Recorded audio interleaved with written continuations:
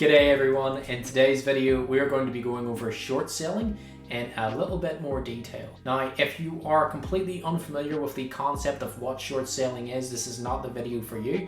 We'd highly recommend that you check out our Stocks Explained in under 5 minutes video, because that's going to give you a bit more detail on what the concept is, get you up to speed for this video. But assuming that you are familiar with what the concept of short selling is, or you have a bit of an idea, come along with us because we're going to go through step by step what is required in order to set up a short sell.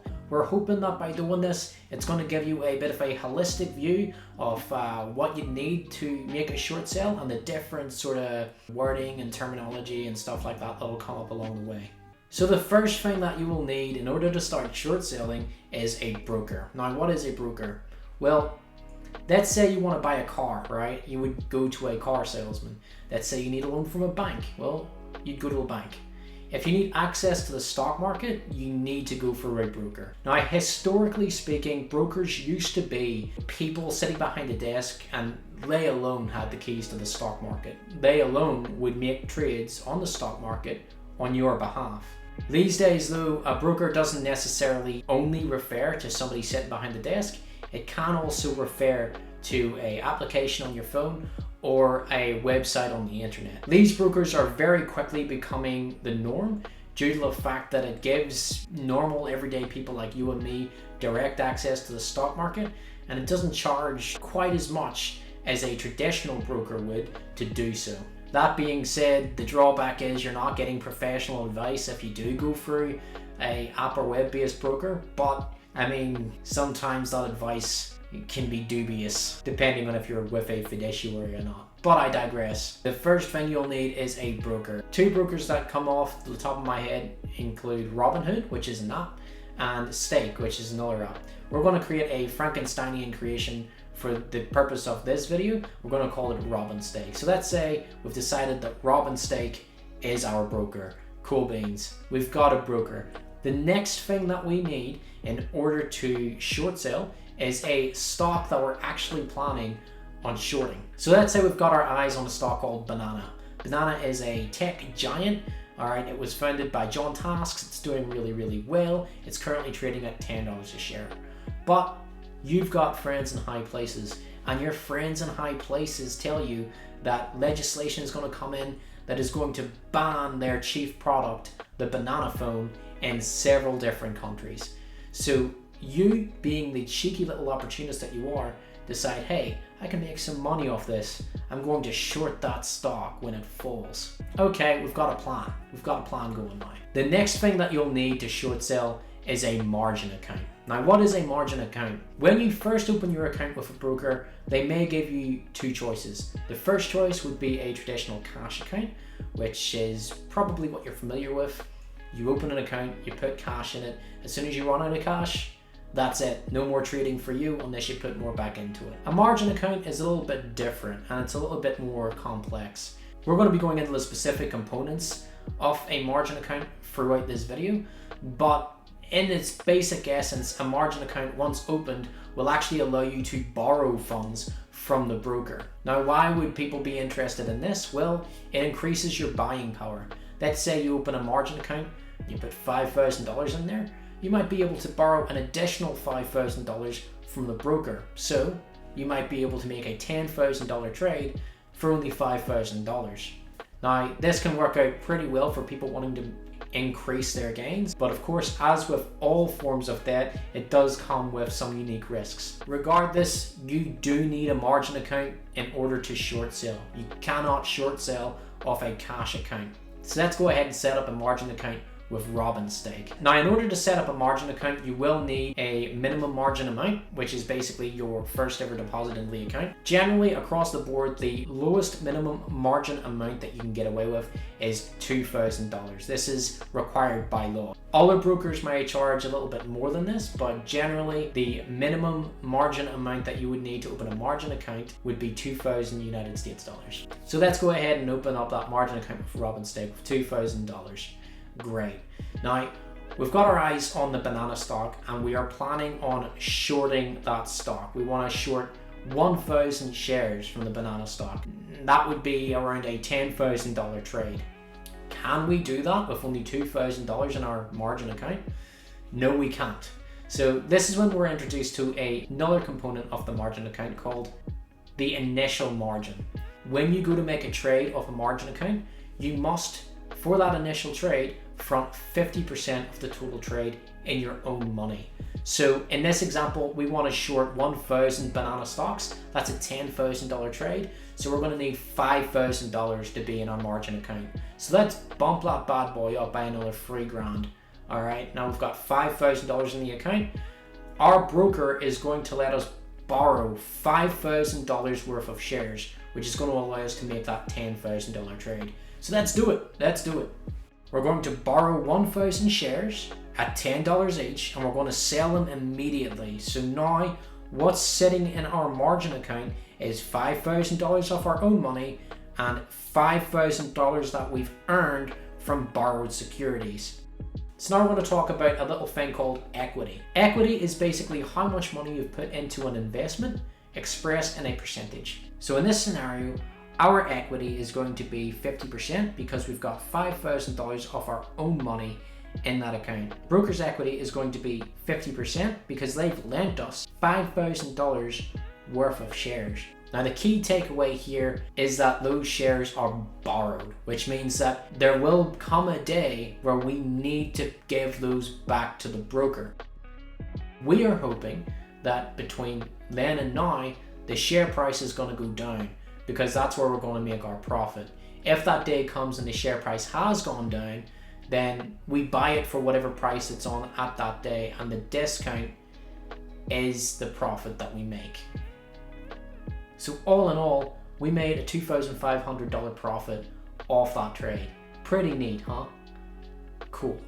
So let's see what would have happened if the share price had have went up instead of down. This is where we're going to be introduced to some of the other components of a margin account. So let's say 1 week goes past and the stock goes up to $12.50 per share. Well, now it's tipping things. See, in the account, I still only have $5,000 invested, but the broker has now lended me an additional $2,500 to account for the rise in the stock. So now their position is $7,500 borrowed out to us, making our equity 40% and their equity 60%. So this is where we begin to get acquainted with something called a maintenance margin. Now, a maintenance margin is a risk control measure that is set in place by the broker to make sure that they don't go broke lending to you. In this scenario, the maintenance margin set by the broker is 30%, which means our equity cannot fall below that. But what if it did? What if it did fall below that? Let's say a couple weeks go by and the stock rises to $17.50 per share. So the equity now looks like this. Our $5,000 represents 28.56% of the overall trade, whereas the amount that they've covered for us, the $12,500, represents 71.44% of the overall trade. So this is when we'd be acquainted with the final component of a margin account, which is called a margin call. Now, a margin call is basically a warning shot from the broker to say, hey, your equity has fallen below our maintenance margin and we need you to contribute your own cash in order to get that equity level back up. We would then have at this point a decision to make. We could put in $250 of our own cash to keep the trade open in the hopes that in a week's time the price will drop and we'll see some sort of profit from it. Or we could close our position. We could buy the stocks back on that date for what the price is then, hoping that we've done so before it goes up any further.